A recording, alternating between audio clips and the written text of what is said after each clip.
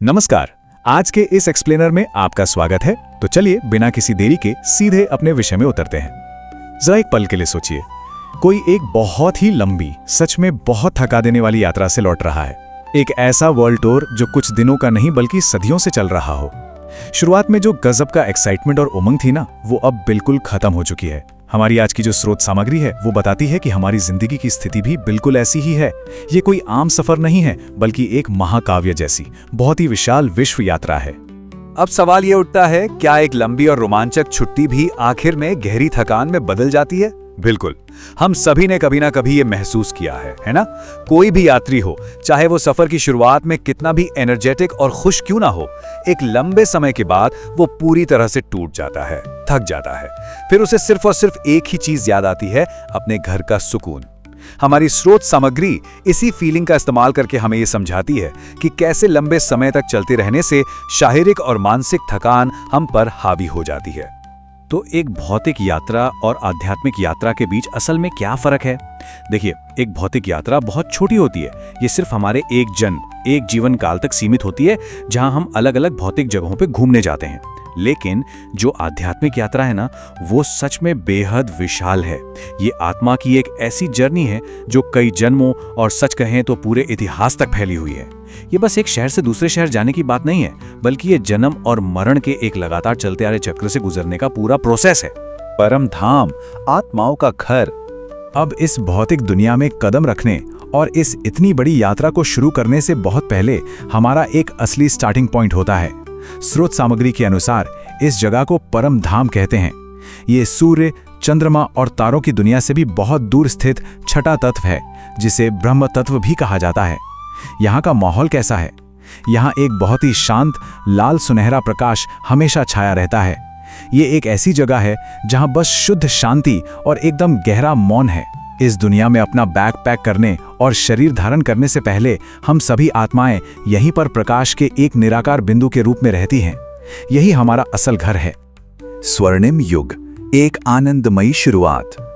जब हम आत्माएं पहली बार अपने घर यानी परम धाम से इस धरती पर आती हैं, तो सोचिए इस यात्रा के पहले हिस्से में क्या होता है। ये वो समय होता है जब हम पूरी तरह से एनर्जी से भरे होते हैं और एकदम तैयार होते हैं। सतयुग और त्रेता युग, जो इस 5000 साल की यात्रा का पहला आधा हिस्सा है, वो यात्रियों के लिए उत्तम स्वास्थ्य, गहरा आनंद और एक परफेक्ट बैलेंस लेकर आते हैं। इस समय यात्रियों को रत्ती भर भी थकान नहीं होती। उनके पास हर तरह की शारीरिक और मानसिक समृद्धि होती है और ये पूरी यात्रा बस एक परम आनंद और खुशी के साथ आगे बढ़ती है। चलिए अब इस 5000 वर्षीय चक्र की टाइमलाइन को थोड़ा ध्यान से समझते हैं। इस ग्रैंड टूर की शुरुआत होती है सतयुग की खुशी और सद्भाव के साथ। फिर आता है इसका बीच का हिस्सा यानी द्वापर युग, जहां हम थोड़ा भटकने लगते हैं, अपनी असलियत भूलने लगते हैं। और आखिर में आता है कलयुग, जहां बस गहरी थकान और बहुत सारा दुख है। ये टाइमलाइन हमें बहुत ही स्पष्ट रूप से दिखाती है कि कैसे वो शुरुआती एक्साइटमेंट समय बीतने के साथ साथ एक भारी थकावट में बदल जाता है। देहभान और भटकमा। तो इस पूरी यात्रा में वो टर्निंग पॉइंट आखिर आता कहाँ है, जहां से यात्री अपना रास्ता भटकने लगते हैं? इसका सबसे बड़ा कारण है देहभान, जिसे हम शरीर चेतना भी कहते हैं।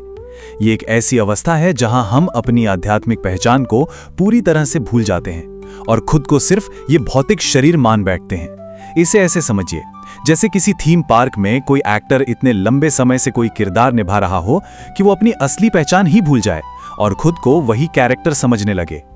स्रोत हमें यही बताता है कि इस लंबी यात्रा में हम भी खुद को एक यात्री समझने के बजाय इस यात्रा का ही हिस्सा समझने लगते हैं। और जब हम इस तरह भटक जाते हैं तो उसका नतीजा क्या होता है? कलयुग तक पहुंचते पहुंचते हम आत्माएं एक बहुत ही भारी इमोशनल बैगेज इकट्ठा कर चुकी होती हैं। हमारे अंदर कई तरह के विकार और संघर्ष जन्म लेने लगते हैं। चारों तरफ बस भारी तनाव, अशांति और स्वार्थ बढ़ने लगता है। सच कहूं तो मानसिक और शारीरिक थकान हम पर इस कदर हावी हो जाती है कि कई बार तो बस यही मन करता है कि इस जीवन रूपी यात्रा को समय से पहले ही खत्म कर दिया जाए। मतलब आत्महत्या जैसे नेगेटिव ख्याल भी आने लगते हैं। सुप्रीम गाइड का आगमन। अब देखिए, जब हम इस यात्रा में सबसे ज्यादा थके हुए और पूरी तरह से भटके हुए होते हैं, ठीक उसी वक्त इस गहरी थकान का एक अल्टीमेट सॉल्यूशन हमारे सामने आता है। एक उम्मीद की किरण दिखाई देती है। हमें सुरक्षित वापस ले जाने के लिए सुप्रीम टूर गाइड की एंट्री होती है और वो हमें एक बहुत ही सुकून देने वाला मैसेज देते हैं, बहुत गई थोड़ी रही, अब घर चलना है। जरा सोचिए, ये मैसेज उन थके हुए यात्रियों को कितनी बड़ी तसल्ली देता है। ये हमें बताता है कि ये मुश्किल सफर अब बस खत्म ही होने वाला है और अब हमें आराम करने के लिए अपने असली घर वापस लौटना है। तो आखिर ये सुप्रीम टूर गाइड हैं कौन? हमारी स्रोत सामग्री के अनुसार ये कोई और नहीं बल्कि परम आत्मा यानी शिव हैं। वे ज्ञान, शांति और प्रेम के एक अथाह सागर हैं और दिलचस्प बात यह है कि हमारी ही तरह वे भी परम धाम में रहने वाले एक निराकार प्रकाश बिंदु हैं। वे अपना ये संदेश विशेष रूप से प्रजापिता ब्रह्मा के माध्यम से देते हैं। ये निराकार गाइड इस दुनिया में आते ही सिर्फ इसलिए हैं ताकि वो हम भटके हुए यात्रियों को हमारी वो असली पहचान और हमारे उस प्यारे से असली घर की याद दिला सके। तीसरा नेत्र और वापसी। अब चूंकि गाइड आ चुके हैं तो घर वापसी की तैयारी के लिए सबसे पहला और जरूरी काम है अपना तीसरा नेत्र खोलना, यानी त्रिनेत्री बनना। स्रोत इसे आध्यात्मिक ज्ञान के नेत्र के रूप में समझाता है। ये कोई फिजिकल आंख नहीं है, बल्कि एक ऐसी समझ है जो समय की शुरुआत यानी सतयुग, उसके मध्य यानी द्वापर और उसके अंत यानी कलयुग को एकदम शीशे की तरह साफ कर देती है। गाइड हमें ये ज्ञान का तीसरा नेत्र देते हैं ताकि हम इस पूरी यात्रा की एक बिग पिक्चर देख सकें और ये समझ सकें कि इस थका देने वाले सफर के अंतिम पड़ाव को कैसे पार करना है। अब घर वापस जाने के लिए जो कदम उठाने हैं वो बहुत ही क्लियर और एकदम स्टेप बाय स्टेप हैं। स्टेप 1, इस भौतिक और बीमारियों वाले शरीर को भूल जाइए। स्टेप 2, अपनी उस असली पहचान को याद कीजिए कि आप असल में एक आत्मा हैं। स्टेप 3, अपने उस सुप्रीम गाइड यानी परमात्मा को याद कीजिए। और आखिरी स्टेप, पूरी तरह से रिचार्ज होने के लिए वापस अपने घर परमधाम लौट जाइए।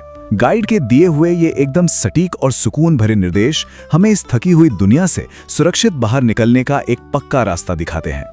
अब आप सोच रहे होंगे कि इस पूरी प्रोसेस का इनाम क्या है, तो जरा हमारी आज की और आने वाले कल की स्थिति को कंपेयर करके देखिए। आज हम कहाँ हैं?